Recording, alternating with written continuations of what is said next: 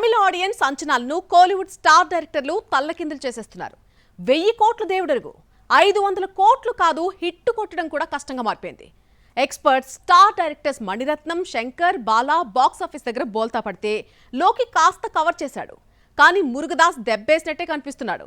ఇక తమిళ తంబిల గౌరవాన్ని కాపాడేది ఆ యంగ్ డైరెక్టర్లేనా? అనుభవం ఎక్కువైతే ఆలోచనలు అణగారిపోతాయేమో. కోలీవుడ్ స్టార్ డైరెక్టర్లను చూస్తే ఈ ప్రశ్న తలెత్తక మారదు.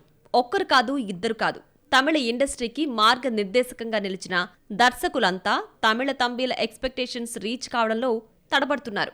టగ్ లైఫ్ తో మణిరత్నం, ఇండియన్ 2, గేమ్ చేంజర్లతో శంకర్, వరంగాన్తో బాలా లాంటి ఎక్స్పర్ట్ డైరెక్టర్స్ కూడా బాక్సాఫీస్ దగ్గర బోల్తా పడ్డారు. బాక్సాఫీస్ లెక్కలు, రికార్డ్స్ సంగతి పక్కన పెడితే హిట్ కొట్టడానికి నానా అవస్థలు పడుతున్నారు. పాన్ ఇండియా చిత్రాలంటూ స్టార్ హీరోలపై ప్రయోగాలు చేసి ఫ్యాన్స్ ను గట్టిగానే హర్ట్ చేశారు. కోలీవుడ్ లో వర్సటైల్ డైరెక్టర్ కార్తిక్ సుబ్బరాజు కూడా సూర్యతో మ్యాజిక్ చేయలేకపోయాడు.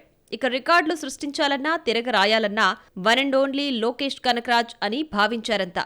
మల్టీ స్టారర్లతో రజనీకాంత్ లాంటి వరల్డ్ స్టార్ తో కూలీ సినిమా చేస్తుంటే 1000 కోట్ల మూవీ లోడింగ్ అంటూ తమిళ తంబీలు జబ్బలు చరిచారు. 1000 crore సంగతేమో కానీ 500 కోట్ల మార్క్ రీచ్ కావడానికి నానా అవస్థలు పడింది. అయితే గుడ్డిలో మెల్లమేలు అన్నట్లుగా మిగిలిన వాళ్లతో పోలిస్తే లోకి బెటరే అనిపించుకున్నాడు. ఈ ఏడాది ఇప్పటి వరకు హైయెస్ట్ గ్రాసర్ చిత్రంగా కూలీని నిలపగలిగాడు. Sikandar flop, Salman language problem అంటూ కలరింగ్ ఇచ్చిన మురుగదాస్ కూడా మదరాసితో క్రియేట్ చేసిందేమీ లేదు. మిక్స్డ్ రివ్యూతో బాక్సాఫీస్ దగ్గర స్లోగా నడుస్తోంది. ఇలా స్టార్ డైరెక్టర్స్ ఆడియన్స్ అంచనాలపై దెబ్బేస్తున్నారు. అనుభవం ఉన్న దర్శకులది ఈ పరిస్థితి అయితే నెక్స్ట్ వచ్చేది జస్ట్ 3-4 ఫిల్మ్స్ ఎక్స్పీరియన్స్ ఉన్న డైరెక్టర్లే.